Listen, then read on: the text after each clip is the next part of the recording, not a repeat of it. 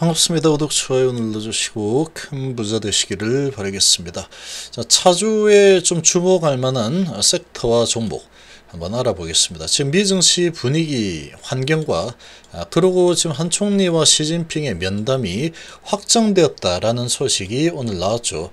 자, 중국과의 이런 관계 개선, 그리고 또 시진핑 중국 주석의 방한, 이런 부분들이 더 기대감으로 나올 수 있는 상황이죠. 자, 이런 부분을 봤을 때 시너지 효과가 나올 수 있는 상황이다. 강세 테마가 형성될 가능성이 충분히 있지 않을까 생각이 됩니다. 자, 미증시 일단 분위기 보시면 다우가 0.3% 하락에 나스닥이 0.09% 하락이죠. 시장이 그렇게 나쁘지는 않다죠. 시장이 그렇게 나쁘지는 않지만 그리 썩 좋지도 않구나. 그런 롤러코스터가 계속 진행이 되었는데, 이유는 고금리가 장기화될 가능성이 높아졌다, 이런 거죠. 9월달 금리는 동결이 되었지만 11월달에는 금리가 0.25 오를 가능성이 높고, 그런 부분까지는 다 예상이 되었던 부분인데, 내년에 금리 4번 정도 하락할 걸로 이렇게 분위기가 잡히다가 최근에 유가 상승, 그리고 각종 이 지표들, 실업률이라든지 고용률이 상당히 탄탄하죠. 아주 탄탄하게 진행이 되고 있다 보니까 물가 상승에 대한 부분이 쉽게 잡히지 않겠다. 그러니까 내년에 4번 연속으로 4번 정도 금리를 내리는 작업을 하기가 쉽지 않을 거다. 한 2번 정도 예상이 된다. 이런 이제 파월의 매파적인 발언에 증시가 좀 맥을 못 추고 있는 상황인데, 이게 추세를 완전히 바꿔서 이제 증시 관심이 없다, 별로 이거는 이제는 앞으로 내려갈 일만 남았다, 이렇게 보기에는, 그 정도의 파괴력이라고 보기에는 좀 오바가 될 만한 수준이라고 볼 수 있습니다. 그러니까 지금 왔다 갔다 이 정도 하락했으면 됐지, 저가 매수. 그러다가 야 그래도 아닌데 거기다가 셧다운까지도 될 수 있잖아, 이런 분위기로 이렇게 내려왔죠. 그래서 지금 이 미증시 분위기로 봤을 때는 3주 연속으로 하락을 해서 다음 주는 저가 매수세가 좀 들어올 만한 환경이다. 그런데 기술주들이 아주 강력하게 강한 모습을 보이기에는 조금 시간이 좀 필요해 보이는 이런 분위기가 좀 나오고 있다. 거기다가 예산안 처리 기한이 9일 정도밖에 안 남았는데 공화당 강경파 때문에 지연이 좀 되고 있구나. 셧다운이 발생할 수 있다. 근데 셧다운은 이제 증시에 큰 영향을, 아주 크게 영향을 미치지는 못하는 상황이다. 그래서 너무 겁을 낼 필요는 없죠. 어쨌거나 좀 기한을 만약에 넘긴다고 하더라도 금방 또 타결이 됩니다. 셧다운이 아주 오래 가는 상황이 나오는 경우는 거의 없다라고 보시면 됩니다.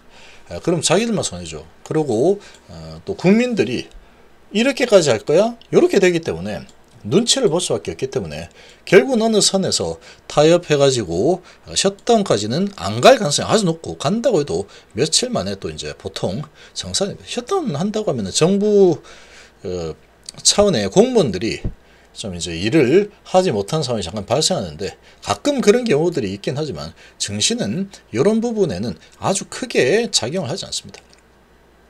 구조적으로 뭐가 잘못되거나 이런 거 아니죠. 단발성이기 때문에. 자, 이렇게 본다면 이런 거는 이런 걸로 내린다 그러면 저가 매수 기회로 삼아도 될 만한 상황, 이렇게 보시면 되고. 자, 근데 오늘 보시면 한 총리 오늘 시진핑 주석 면담 확정이 되었다라는 소식이 나왔습니다. 한중 관계에 논의를 한다. 자, 이제 항저우 아시안 게임이 시작이 되는 이런 부분을 계기로 면담이 확정이 되었는데, 작년 정상회담 이후 10개월 만에 면담이 확정됐다. 자, 그러면 어디를 봐야 되겠죠? 중국주를 봐야 되겠죠. 중국주. 자, 유커들이 몰려오고 있죠.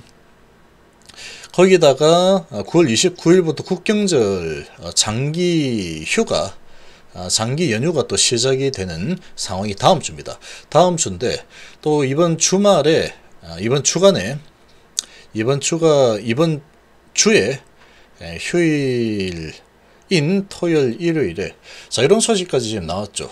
그러면 이 소식들이 또 많이 나올 겁니다. 그럼 중국주에 대한 기대감이 모멘텀이 생기는 게 되죠. 한중일 정상회담 시주석 방한 요청할 듯하다. 시주석 방한 요청을 또 하게 될 가능성이 아주 높은데, 이 방한 요청을 했다 이런 소식이 또 나오겠죠. 면담이 일어나고 나면. 그래서 이제 이런 분위기가 지금 형성이 되고 있기 때문에 상당히 지금 중국주 쪽에 모멘텀이 많습니다.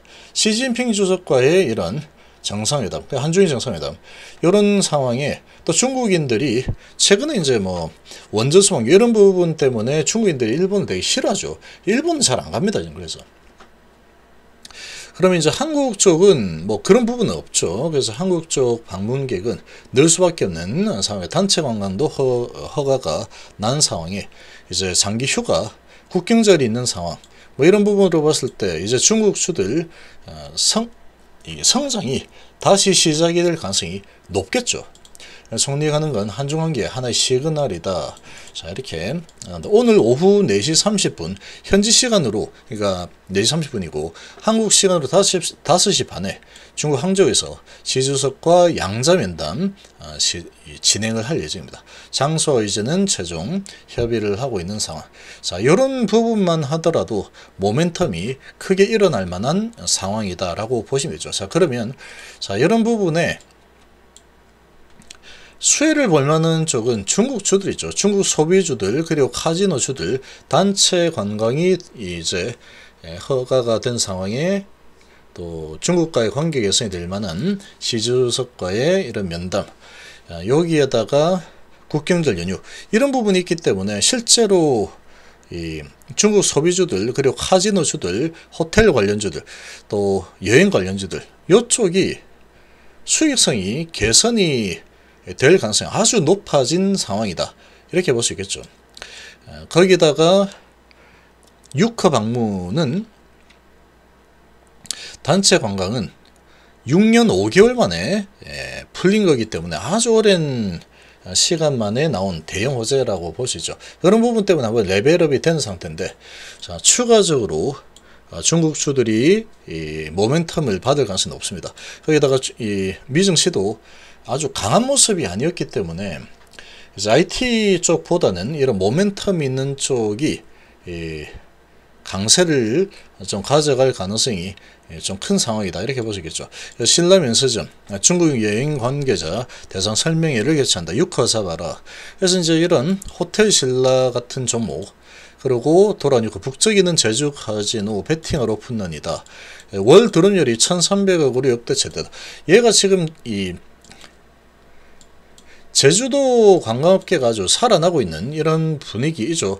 사드 이전 최전성기에는 못 미칠 것이다 이런 전망도 있지만, 앞으로 가면 갈수록 지금 이 방문객이 계속 늘어날 수밖에 없는 구조죠 지금.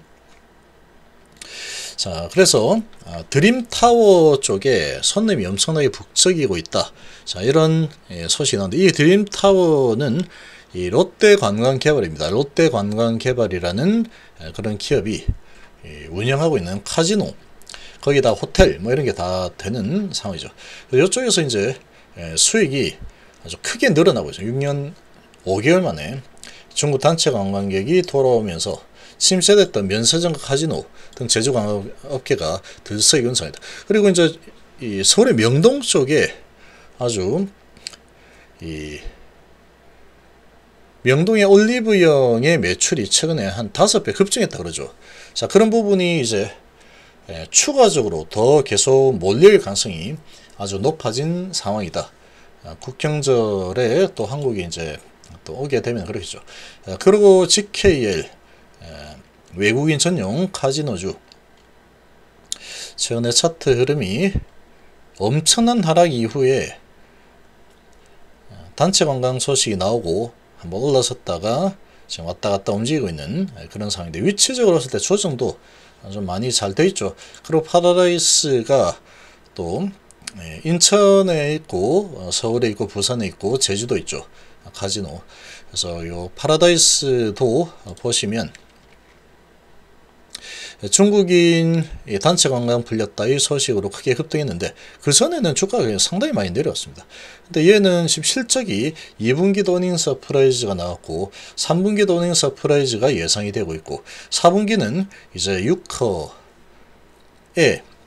이 국경절 아주 많은 유커들이 방문에 들어오겠죠. 그러면 4분기 실적도 좋을 거고 앞으로 실적이 점진적으로 좋아질 수밖에 없는 상황이다. 어닝 서프라이즈가 나오고 있는 상황인데 주가는 크게 내렸다가 한번 단체 강이 온다라고 슈팅을 한번 준 이후에 지금 조정을 많이 해서 내려와 있는 상태죠. 그러면 이런 소식들이 나왔다라고 하면은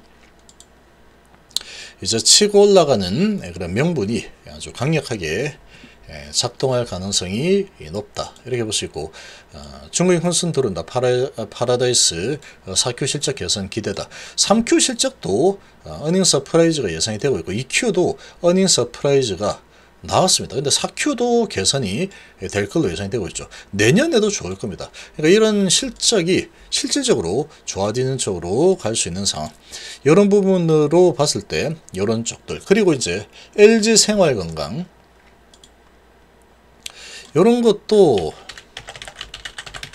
LG 생활건강은 중국 쪽을 계속 파고 있는 그런 기업인데 주가가 엄청나게 많이 내렸죠.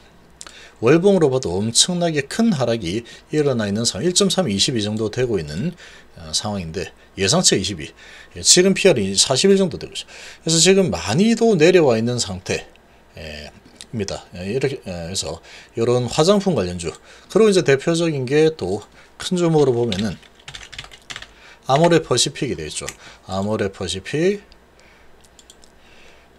주가가 최근에 이제 중국 관광, 이 단체 관광 이런 부분으로 크게 올라섰다가 최근에 계속해서 하락을 오랫동안 많이 했죠.